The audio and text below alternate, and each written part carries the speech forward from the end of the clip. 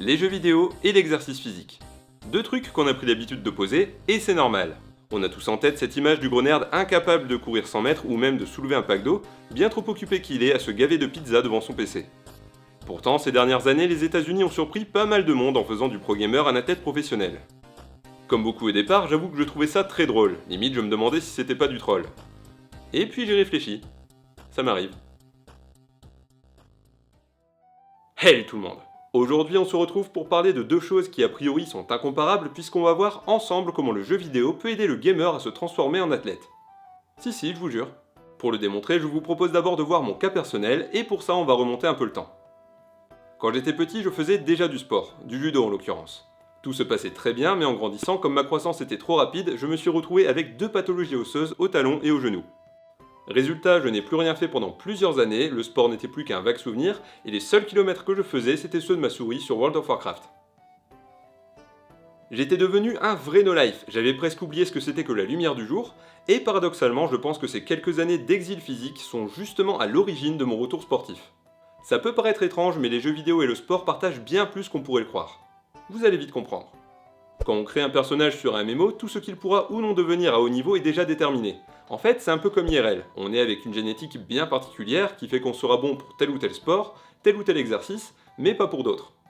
Par exemple, si on prend un RPG, un mage ne sera jamais aussi bon qu'un guerrier au corps à corps, de la même façon qu'IRL, un mec qui a des bras de 3 mètres ne sera jamais aussi fort au coucher que son voisin qui a les membres courts.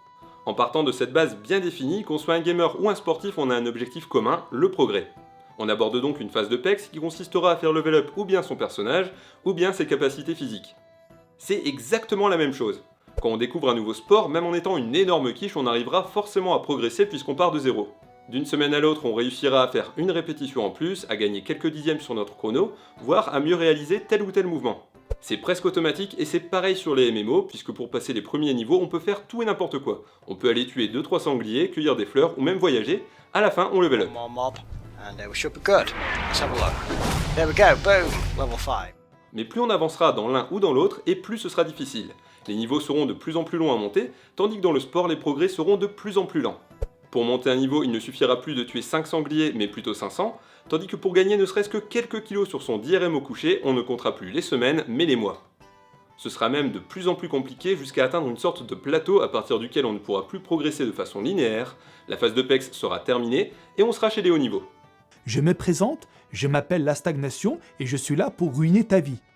Il faudra alors optimiser tout ce qu'on fait pour pouvoir continuer de progresser. Dans le jeu vidéo, ça passera par la recherche de la meilleure pièce de stuff possible, de la meilleure spécialisation, tandis que pour le sport, il faudra chercher à perfectionner notre technique d'entraînement, nos mouvements et notre alimentation. Le tout pour des progrès qui malheureusement seront quantitativement bien moins importants que ceux qu'on aura connus jusque-là. Mais bon, si on veut à tout prix progresser, il sera toujours possible de surpasser les limites du jeu ou de la biologie, soit en utilisant des cheats, soit en mangeant beaucoup de fruits. Le résultat est le même, les deux sont condamnables, mais ce n'est pas le sujet. Pour en revenir à ce qui nous intéresse, si vous m'avez bien suivi jusque-là, vous devriez voir où je veux en venir. Les jeux vidéo et le sport ont beau être deux activités diamétralement opposées quant à leur rapport au corps, elles ont en commun de pousser celles et ceux qui les pratiquent vers une finalité commune, le progrès.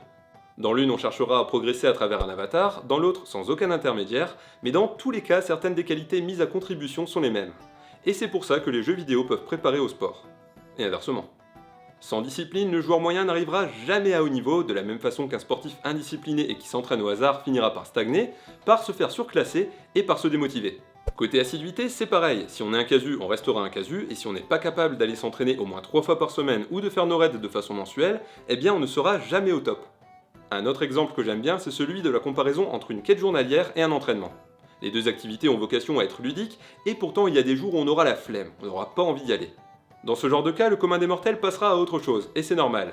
Mais c'est là que les gamers et les sportifs les plus chevronnés penseront à l'avenir et se diront « si je veux atteindre cet objectif, il faut que j'y aille ». On retrouve aussi ce type d'analogie pour ce qui est du goût au progrès, car que ce soit IRL ou dans un RPG, on trouve tous très agréable le fait de voir qu'on progresse et qu'on devient plus fort. Il suffit d'y goûter une fois et on en veut toujours plus. C'est absolument normal, et c'est grâce à ça qu'on pourra ensuite viser des sommets, qu'ils soient vidéoludiques ou sportifs. Bref, il y a plein de choses en commun entre le gamer et le sportif, et si je me suis rendu compte de tout ça, c'est parce que mon parcours sur WoW est exactement le même que celui en muscu. Quand j'ai commencé à soulever de la fonte, j'étais très mal renseigné, ma diète était essentiellement composée de saucissons et de chips, et mon programme ne ressemblait à rien. Autant dire que c'était mal barré, et pourtant je progressais quand même. Eh bah sur WoW c'était exactement pareil. Je connaissais rien, j'étais stuffé comme un clochard, je mettais mes points de compétence au hasard, et je faisais n'importe quoi. Pourtant, quelques années plus tard, je me suis retrouvé MT1 dans une des meilleures guildes de mon serveur. Ça, c'est le genre de truc à ne pas oublier dans un CV. Et pourtant, il faut savoir qu'avant de devenir un gros joueur de MMO, j'étais pas spécialement patient. Au contraire. Mais à force de m'obstiner pour rattraper mes erreurs, je le suis devenu, et plus tard, quand j'ai fait de la muscu, malgré les grosses catastrophes de mes sèches et de mes prises de masse extrêmes, j'ai réussi à progresser proprement. Ce qu'il faut donc retenir de mon expérience personnelle, c'est que les jeux vidéo, comme toute activité qui demande une action de notre part, peuvent développer des capacités ensuite utilisables IRL. Le seul ingrédient qu'il manque pour transposer le tout au sport et à la musculation, c'est le goût à l'exercice physique.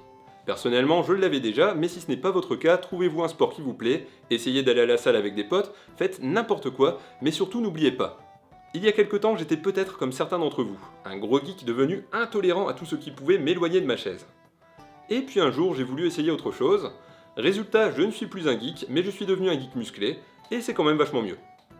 Si moi je l'ai fait, d'autres peuvent le faire, et vous pouvez le faire. Parce que vous êtes les meilleurs. D'ailleurs, ça me fait penser que je ne suis pas le seul geek du feed game.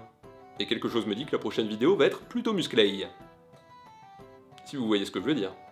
En attendant, si ça vous a plu, je compte sur vos likes, vos abonnements et vos partages. Enfin, si vous êtes vous aussi passé par le geekage avant de devenir un sportif, n'hésitez pas à en parler en commentaire, c'est toujours cool de partager.